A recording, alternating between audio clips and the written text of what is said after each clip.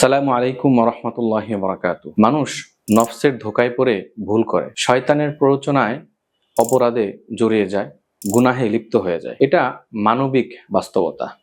কিন্তু আল্লাহর পথে ফিরে আসার এক মহান সুযোগ রেখেছেন আল্লাহ পাক রব্বুল আলামিন এই রমজান মাসে।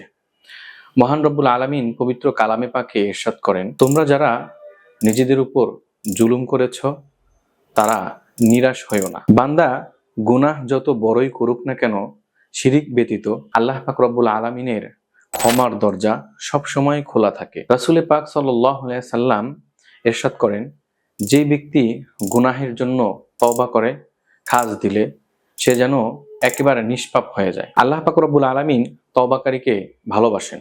তওবা শুধু মুখে বলা নয়, এটা কাজেও পরিণত করা এবং অন্তরের মধ্যেও এটার প্রভাব ফেলা। খাস দিলে তওবা করা হচ্ছে যে আমি যেই পাপটি করেছি, যে ভুলটা আমার হয়ে গিয়েছে, সেই ভুলের জন্য, অপরাধের জন্য আমার আল্লাহ পাক রব্বুল আলামিনের কাছে আত্মসমর্পণ করা, যে আমি অতীতে যে গুনাহ করেছি আমি ভবিষ্যতে আর এই গুনাহ করব না, এবং আমি যদি বর্তমানে এই গুনাহের মধ্যে লিপ্ত থাকি তাহলে এই গুনাহ এখনই ছেড়ে দেওয়া, এবং ভবিষ্যতেও যেন আমি এই গুনাহের মধ্যে লিপ্ত না হই সেজন্য নিজের ভিতরে প্রতিজ্ঞা করা, ওয়াদাবদ্ধ হওয়া। তাই রমজান হচ্ছে আমাদের গুনাহ থেকে বাঁচার এবং শয়তানের প্ররোচনা, নিজের নফসের ধোঁকায় থেকে বাঁচার এক মহান সুযোগ। আল্লাহর পথে ফিরে আসতে নিখুঁত কোনো সময় লাগে না, নির্দিষ্ট কোনো দিন লাগে না, নির্দিষ্ট কোনো মুহূর্ত লাগে না।